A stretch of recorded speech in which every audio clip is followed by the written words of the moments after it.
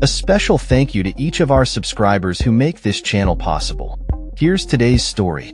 In a significant shift in U.S. foreign policy, President Joe Biden has reportedly given Ukraine the green light to utilize U.S.-made long-range missiles, namely the Army Tactical Missile System, ATACMS, to strike targets deep within Russian territory.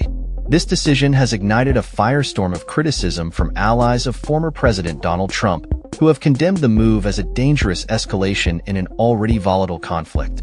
Trump's allies, including his son Donald Trump Jr. and Congresswoman Marjorie Taylor Greene, have voiced concerns that Biden's actions could potentially lead to a third world war, with Trump Jr. accusing the president of trying to provoke global conflict before his father returns to office in January.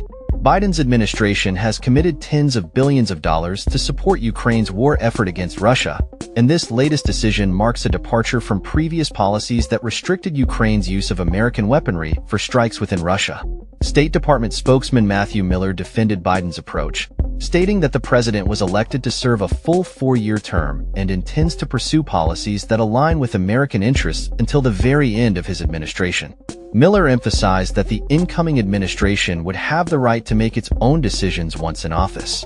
While Ukraine's President Volodymyr Zelensky has not confirmed any formal announcement regarding the use of long-range missiles, he indicated that the missiles would speak for themselves, suggesting that Ukraine is prepared to take action against Russian military installations.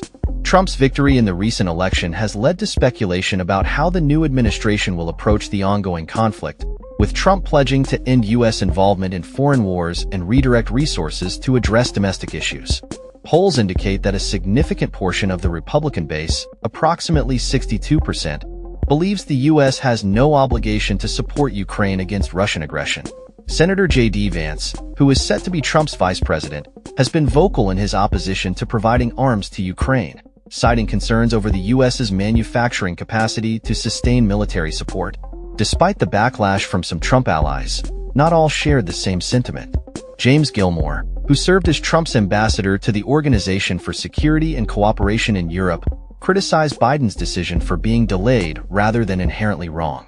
He expressed uncertainty about how Trump would handle the situation once he assumes office, but acknowledged that Trump is not one to back down easily.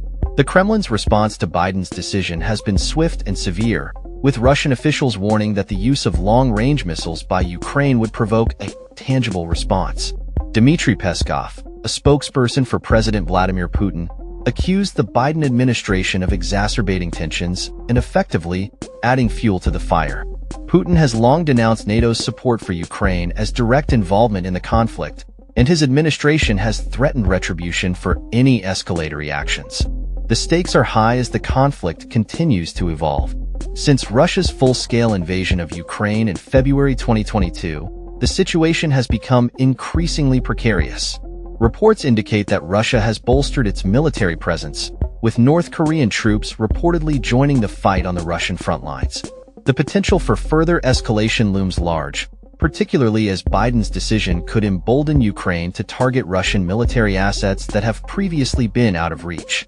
Military experts suggest that while the long-range missiles may not significantly alter the balance of power on the battlefield, they could have substantial political repercussions. The Institute for the Study of War has noted that many key Russian military installations are within range of the ATACMS, which could allow Ukraine to disrupt Russian supply lines and logistics operations. As the conflict rages on, the humanitarian toll continues to rise. Recent reports from Ukraine indicate devastating attacks, including a missile strike on a residential area in Sumy that resulted in the deaths of 11 people, including children.